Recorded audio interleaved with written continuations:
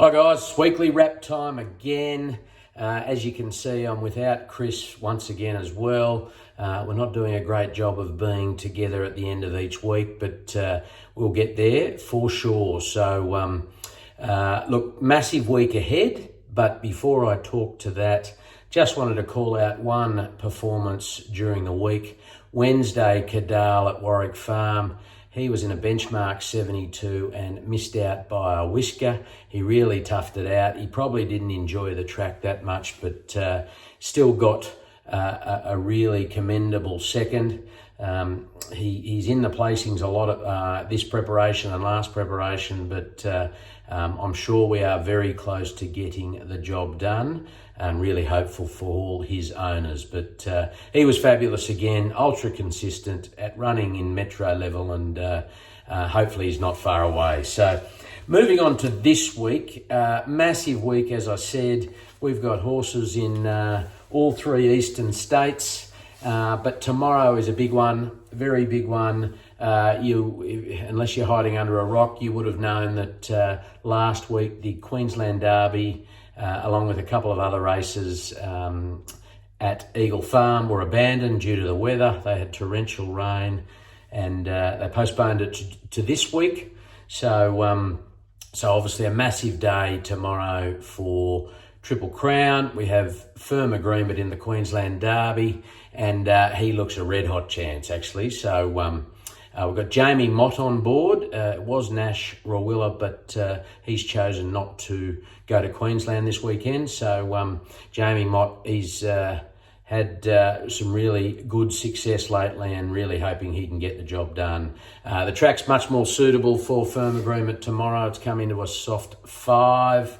So, really excited to see him step out, and it'd be great. He was second in the ATC Derby. Be fantastic for him to go one better in the Queensland Derby. So, then at Randwick, back down here, we have Kajena. She's stepping out in a 2-year-old handicap over 1,100 metres. She won on debut at Wyong in the Metro meet and has had a couple of tough runs since. She had a spell in the middle, but she resumed off just one trial at Scone a couple of weeks ago, and just wasn't her race. It's a complete forgive run. She's jumped from a very wide barrier on a heavy track and just was asked to do too much. So we're expecting her to be a lot better tomorrow, and I think she's great value in the market. So we're expecting a big race from her tomorrow in a relatively small field. As I said, we're jumping around a bit. We're then back up to the Gold Coast. We have Pier Rant, who's been racing down here. We've sent him up on a truck to Queensland, and he steps out in the first race on the Gold Coast tomorrow, a 2,228 metre maiden. So he's up over the 2,000 metres for the first time, and we're really excited to see what he can do tomorrow. I think it's a much drier track, and that's why we set him up there. We've been chasing some firmer tracks for him. He really didn't enjoy the heavy track at Newcastle last start. So really keen to see him step out tomorrow, particularly over that trip. And I think he's a good chance for a win or placing there. So hopefully, just hoping for a really positive run.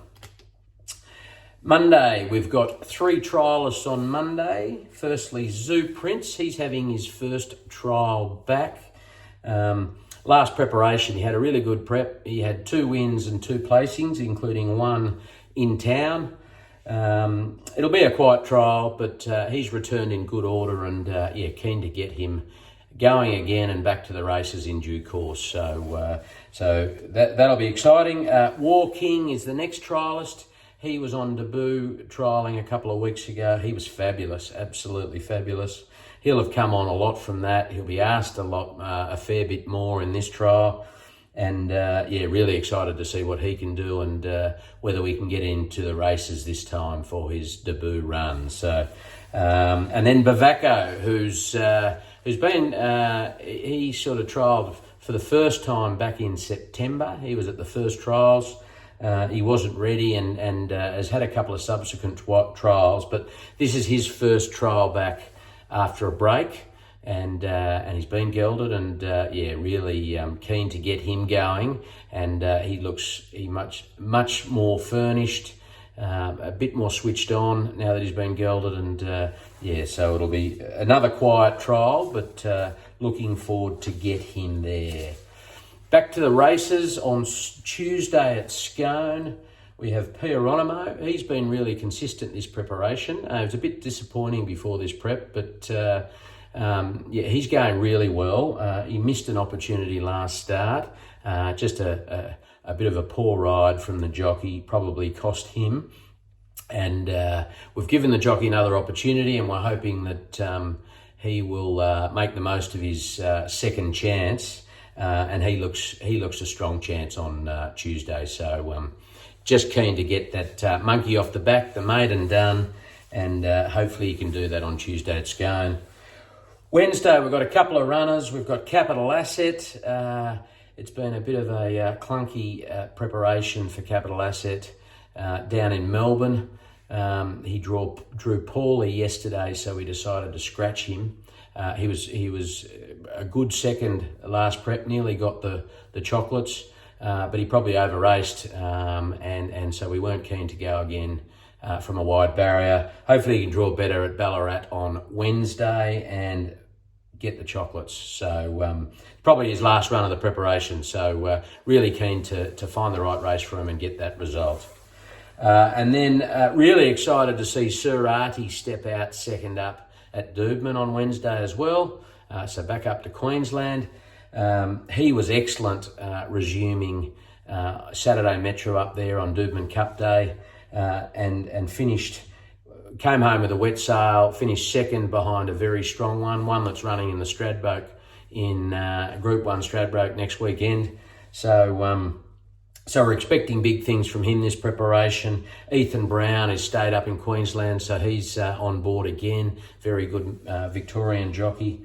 And hopefully he can draw well and get the result that we're all after, and then potentially head on to a listed race after that. So Sir Arti Wednesday. So big week for us, massive week for us actually, and as I said, all across the eastern seaboard.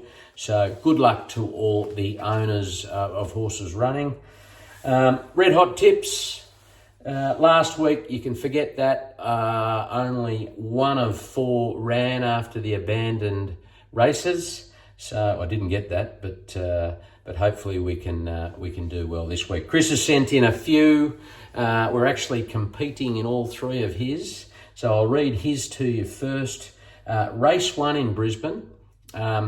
It's the listed Phoenix, and Amelius was pipped last year and came second. And there's another Hellbent filly that Chris has chosen, Sunrays, who's paying $3. She's flying at the moment, so she is a red hot chance, paying $3. Race 3, Letvaki, paying $6.50, and race 7, the Kingsford Smith Cup, Jolie Star, paying $3. So that's Chris's. As I said, I'm competing against Chris in a few. Race 1, the Phoenix.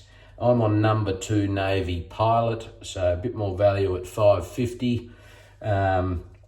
Race 2, the Lightning Quality. I'm on number 8, Manhood, Annabelle and Rob's horse, who won last start in a black type race, paying $17, so that's a good each way tip.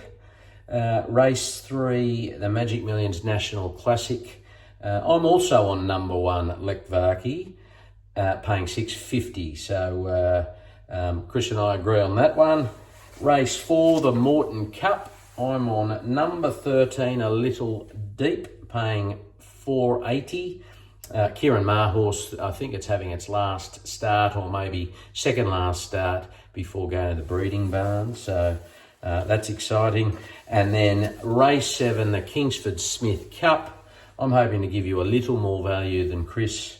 I'm on number 11, Komochi. So ran well last start, and just hoping might pip Jolie Star, who's a very good horse. So few on offer there for you this weekend. I hope we can get a result somewhere.